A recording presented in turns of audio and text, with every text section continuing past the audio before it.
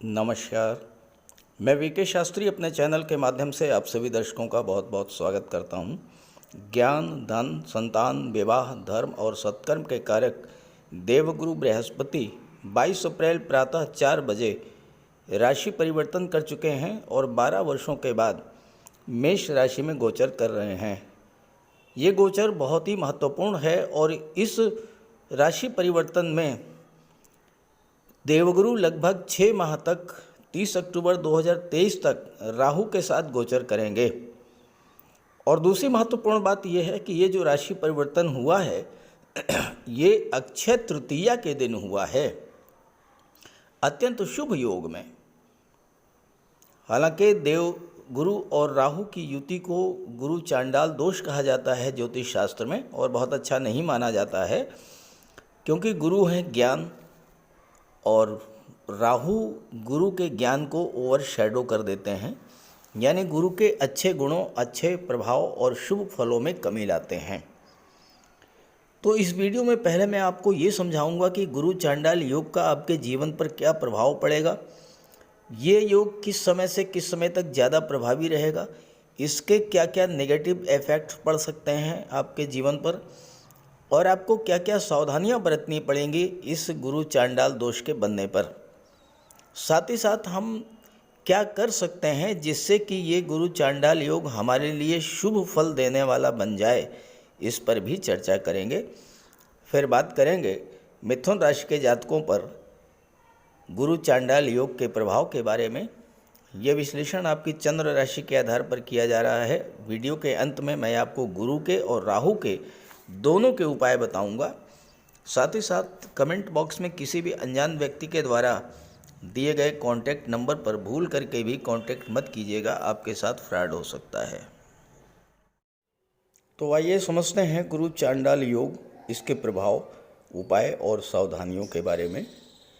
देखिए, देवगुरु कुंडली के वो सभी भाव जिनसे हमें खुशियाँ मिलती हैं वो सब देवगुरु के अधिकार क्षेत्र में आते हैं। कुंडली का सबसे शुभ भाव पंचम भाव, जो संतान, शिक्षा, लव, रोमांस और क्रिएटिविटी का होता है, वो गुरु के अधिकार क्षेत्र में आता है। कुंडली का नवम भाव, जो भाग्य, गुरु और पिता का होता है, वो गुरु के अधिकार क्षेत्र में आता है। 12वां भाव, जो धर्म, अध्यात्म, मोक्ष और विदेश का होता है, वह भी गुरु के अधिकार क्षेत्र में आता है। विवाह, संतान, धन, ये सभी देवगुरु के अधिकार क्षेत्र में आता है। जब देवगुरु पीड़ित होते हैं तो इसका सीधा असर इन सब क्षेत्रों पर पड़ता है। गुरु नॉलेज के, विजडम के कारक होते हैं और गुरु चांडाल योग बनने पर इसका सीधा असर आपके नॉलेज पर, आपके विजडम पर पड़ेगा। देवगुरु हैं धर्म और सत्कर्म के कारक, जबकि राहु एक ऐसा ग्रह है जो किसी भी नियम, कायदे, धर्म, नैतिकता को नहीं मानता। राहु बहुत ही चतुर, चालाक ग्रह है और आधुनिक संदर्भ में जिसे स्मार्टनेस कहते हैं वो है राहु। राहु शॉर्टकट में विश्वास रखता है, चीज़ों को सिर्फ पाना चाहता है, चाहे वो तरीका नैतिक हो या अनैतिक, कोई भी तरीका हो। राहु व्यक्ति को अत्यधिक स्वार्थी बना देता है और राहु के प्रभाव से व्यक्ति सिर्फ और सिर्फ अपने बारे में ही सोचता है। राहु हमारी कार्यशैली को खराब कर सकता है, हमारी संगति को खराब कर सकता है और हमें गलत आदतें दे सकता है। जब गुरु और राहु की युति बनेगी तो राहु के नेगेटिव एटीट्यूड्स का प्रभाव गुरु पर पड़ेगा। गुरु अपने शुभ फल पूरे तरीके से देने में सक्षम नहीं होंगे और इसका प्रभाव हम सबके जीवन पर पड़ेगा। 22 अप्रैल को प्रातः 4 बजे जब देवगुरु मेष राशि में गोचर करेंगे, उस समय 5 ग्रह एक साथ मेष राशि में गोचर कर रहे होंगे। गुरु, सूर्य, बुध, चंद्रमा और राहु। मेष राशि के स्वामी हैं मंगल और उनका गोचर मिथुन राशि में होगा, राहु के नक्षत्र आर्द्रा नक्षत्र में, और इस पर शनि की दृष्टि पड़ेगी और शनि भी राहु के नक्षत्र शतभिषा नक्षत्र में गोचर कर रहे हैं। तो इस समय राहु अत्यंत बलवान स्थिति में होंगे और हमारे भीतर की राक्षसी प्रवृत्ति को बाहर निकालने का प्रयास करेंगे और यहीं पर हमें सावधान रहना होगा। गुरु चांडाल योग का निर्माण 30 अक्टूबर तक होगा और इसका सबसे ज़्यादा प्रभाव जो होगा वो 10 मई से 12 जून तक रहेगा। इसलिए 10 मई से 12 जून के बीच विशेष सावधानी बरतनी होगी, क्योंकि इस बीच गुरु और राहु एक दूसरे के बहुत करीब होंगे और इसी दौरान गुरु राहु को क्रॉस करेंगे और जब एक बार गुरु राहु को क्रॉस कर जाएंगे तो धीरे धीरे गुरु और राहु के बीच की दूरी बढ़ती जाएगी और गुरु चांडाल योग का प्रभाव भी कम होता जाएगा। तो हम क्या करें जिससे कि गुरु चांडाल योग का हम पर कोई बुरा प्रभाव ना पड़े। इस समय खास करके 10 मई से 12 जून के बीच जल्दबाजी में कोई निर्णय नहीं लेना है। शॉर्टकट का मार्ग तो बिल्कुल भी नहीं अपनाना है, क्योंकि आपके विचारों में तीव्रता आएगी जिससे आपको कंट्रोल करना है। केवल अपने ही बारे में सोचने से बचना होगा। घर परिवार मित्र संबंधी रिश्तेदार सभी का ध्यान रखते हुए कोई कार्य करना होगा। जो लोग बहुत ज़्यादा सोचते हैं, बहुत जल्द चीज़ों को पाना चाहते हैं, वो डिप्रेशन के शिकार भी हो सकते हैं। बहुत ज़्यादा इमोशनल नहीं होना है, प्रैक्टिकल होकर चीज़ों को घटनाओं को एक्सेप्ट करना है। एक और बात, शनिदेव इस समय बहुत ही बलवान रहेंगे और शनि की तीसरी दृष्टि इस गुरु चांडाल योग पर पड़ेगी। शनि न्याय के कारक हैं और अगर आपने इस समय कोई छोटी सी भी गलती की, किसी भी इलीगल एक्टिविटी में लिप्त हुए, तो शनि तत्काल बिना किसी देरी के उसका दंड भी दे देंगे। तो क्या है रेमेडी इस गुरु चांडाल योग की? हम क्या करें कि इस युति के नेगेटिव इफेक्ट्स अपने लिए पॉजिटिव वे में यूज़ कर लें? देखिए, गुरु राहु की युति बनने पर गुरु के गुण राहु में, राहु के गुण गुरु में ट्रांसफ़र होंगे। इसका अर्थ ये हुआ कि जिन जिन चीज़ों के कारक गुरु हैं, अब वो चीज़ें हमें राहु के कारक तत्वों से मिलेंगी। गुरु है भाग्य, राहु है प्रॉब्लम, लेकिन राहु है विदेश। तो सीधा सा अर्थ ये होगा कि आपकी भाग्योन्नति विदेश में होगी। राहु है online activities, social media, internet, विदेश, different culture, shadow related area, photography, videography, cinema, film industry, TV serial, YouTube, Facebook, Instagram, reels related areas. तो इन सब चीज़ों से जुड़कर आप इस युति का पूरा लाभ ले सकते हैं। ज्ञान मिलेगा आपको या तो विदेश से या इंटरनेट से, सोशल मीडिया से। ऐसे ही धन मिलेगा तो विदेश से मिलेगा या सोशल मीडिया और इंटरनेट से जुड़ करके। भाग्योन्नति आपकी विदेश में होगी, व्यापार व्यवसाय में वृद्धि होगी विदेश में, सम्मान मिलेगा विदेश में। तो इन 6 महीनों में 30 अक्टूबर 2023 तक अगर आप ऐसा करते हैं तो यही गुरु चांडाल योग आपको कार्य क्षेत्र में असीम विस्तार देगा, अपार धन देगा और मान सम्मान, पद प्रतिष्ठा सब कुछ मिलेगा। अब आइए बात करते हैं अलग अलग राशियों पर इसके प्रभाव के बारे में। तो यह है मिथुन राशि के जातकों की कुंडली। गुरु का ये गोचर आपके लिए बहुत ही शुभ है, क्योंकि गुरु का गोचर लाभ के भाव में है राहु के साथ। गुरु और राहु दोनों ही विस्तार के कारक हैं। राहु तो असीम विस्तार के कारक हैं। गुरु और राहु का लाभ के भाव में गोचर करना, लाभ के भाव का विस्तार स्पष्ट। यहाँ पर गुरु दशम के स्वामी होकर के और सप्तम के स्वामी होकर के लाभ के भाव में गुरु के साथ गोचर कर रहे हैं। तो सीधा सा अर्थ ये हुआ कि आपको सप्तम भाव की चीज़ों का लाभ मिलेगा, दशम भाव की चीज़ों से आपको लाभ मिलेगा। तो गुरु का ये जो गोचर है आपके लिए हर तरह से सकारात्मक है, श्रेष्ठ लाभ देने वाला है। बस ध्यान ये रहे कि आपको अपने स्वास्थ्य का ध्यान रखना है, अपनी आदतों और अपने व्यवहार पर विशेष ध्यान देना होगा। क्योंकि शनि जिस भाव में गोचर करते हैं उस भाव के प्रभाव में वृद्धि करते हैं। शनि भाग्य के भाव में अत्यंत बली है, राहु के नक्षत्र में है, भाग्य का पूरा सपोर्ट मिलेगा। कम परिश्रम में ही आपको अधिक लाभ होना होगा। अनायास आपकी इच्छाएं पूरी होंगी, अनायास आपको चीज़ों की प्राप्ति होगी, अनायास सफलता मिलेगी बिना किसी परिश्रम के। तो जब जीवन में ऐसा होता है तो ये चीज़ें व्यक्ति को कभी कभी आलसी बना देती हैं। व्यक्ति अपनी आदतों को खराब कर लेता है और यहीं पर राहु एक्टिवेट हो जाते हैं। और जब राहु नेगेटिवली एक्टिवेट होते हैं तो फिर आपको अशुभ फल मिलते हैं।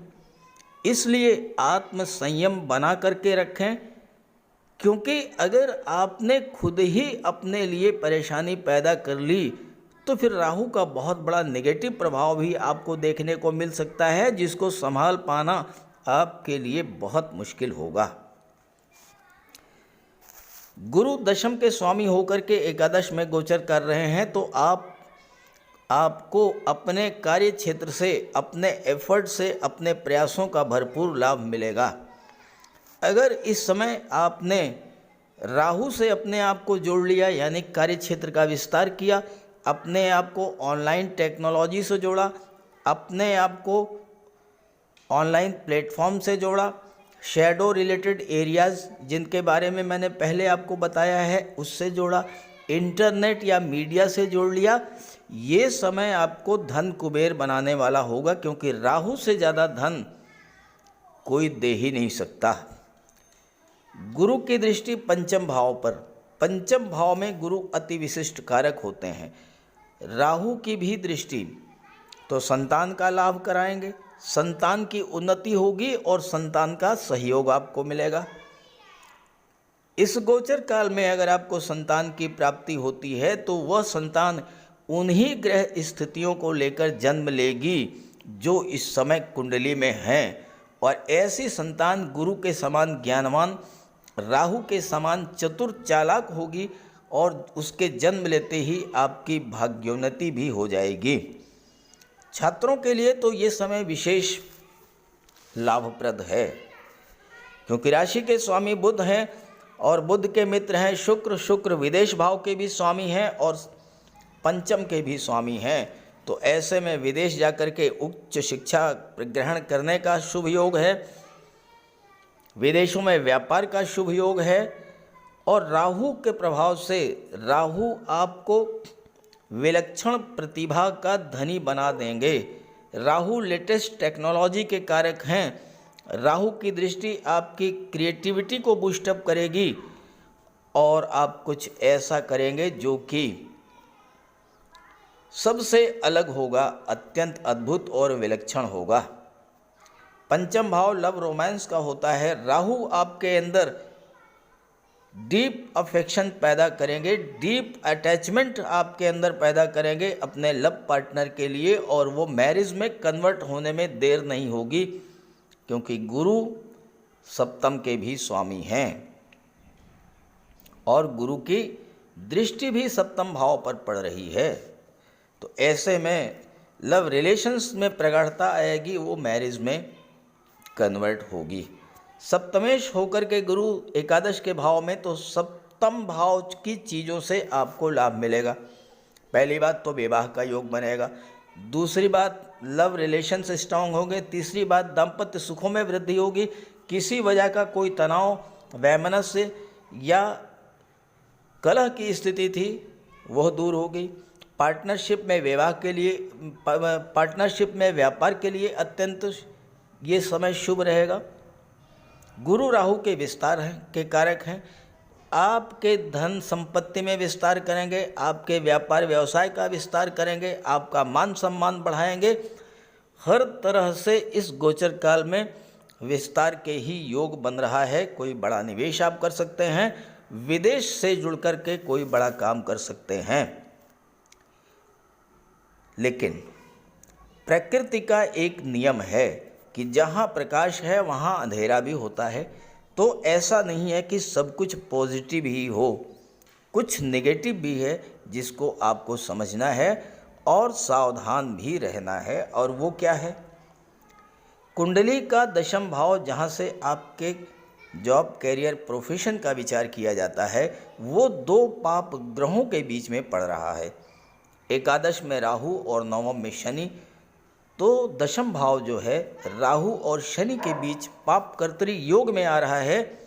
इसलिए कार्य क्षेत्र में कुछ न कुछ उतार चढ़ाव की स्थिति बनेगी।